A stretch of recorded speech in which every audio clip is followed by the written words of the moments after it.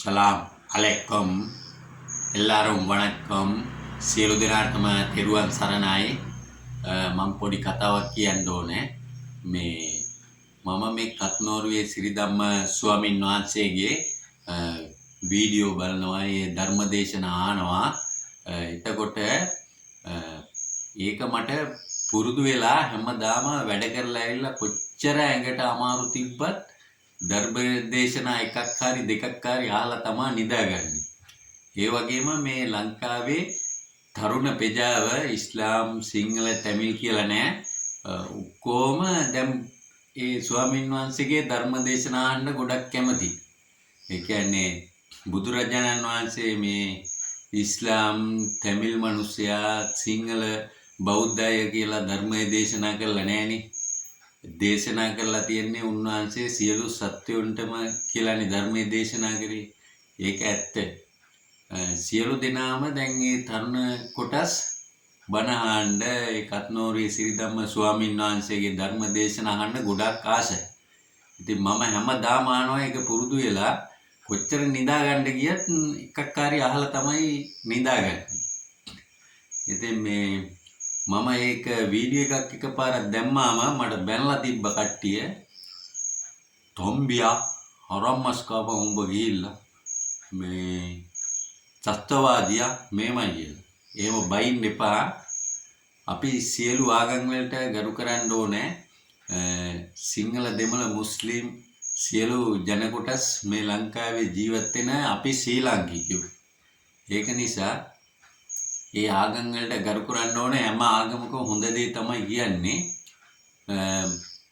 මට හිතෙනවා මේ කත්නෝරුවේ සිරිධම්ම ස්වාමීන් වහන්සේ අපේ ගමට ගෙනල්ලා මේ මුස්ලිම් ප්‍රජාවට ඒ ධර්ම දේශනාවක් කරන්න තියනවා නම් හොඳයි කියලා මේ මගේ අදහස.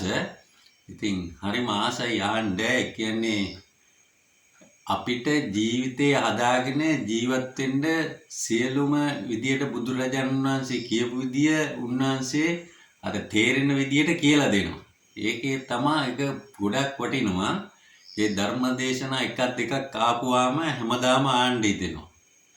ඒක නිසා මට හිතුණා ධර්ම දේශනාවක් පවත්වන්න උන්වහන්සේ වැඩම කරවන්න ඕනේ මේමයි කියලා. ඉතින් අපේ පැත්තේ මේ ඉස්ලාම් කට්ටිය ගොඩක් සතුටු වෙයි. සිංහල අයත් මගේ යාළුවෝ, තමිල් අයත් මගේ යාළුවෝ ගොඩක් ඉන්නවා මගේ යාළුවෝ සිංහල තමිල්. බලමු මම ගොඩක් ආශාවෙන් ඉන්නේ ගෙන්නන්න බලන්න ඕනේ. අපේ මේ ස්වාමීන් වහන්සේට මේ කියන්නේ බැනලා වීඩියෝ දාන වීඩියෝ ස්වාමීන් වහන්සේලාත් බැනලා දානවා යා හොඳ නෑ මේමයි කියලා. එතකොට සිංහල අය තමයි ගොඩක් කට්ටිය බනින්නේ. මේ කමෙන්ට් අනම්මනම් දාලා තිබ්බා මම දැක්ක ෆෝන් එකෙත් මේව බැලලා. එහෙම කරන්න එපා. කොච්චර සේවයක්ද කරන්නේ උන්වහන්සේ මේ රටේ මේ තරුණ ප්‍රජාවට මේ හැදෙන්න අර මද්ද්‍රව්‍ය පාවිච්චි කරන අය ඒවා මුදව ගන්න ඒ වගේ ඒ දේශනා කරන්නේ ඒවා නවත්තන්න කියලා. ඉතින් කොච්චර හොඳ සේවයක්ද කරන්නේ. මම නම් කියනවා අපි ජීවත් වෙන ඒ ආයශත් අරගෙන උන්වහන්සේ වැඩි කාලයක් ඉන්න ඕනේ. මොකද මේ රටට කරන ඒ හොඳ සේවයට තව වැඩියෙන් වැඩ කරන්න ධර්ම දේශනා තියන්න අපේ ආයශ අරගෙන ජීවත් වෙන්න ඕනේ කියලා. ඉතින් බොහොම ස්තුතියි.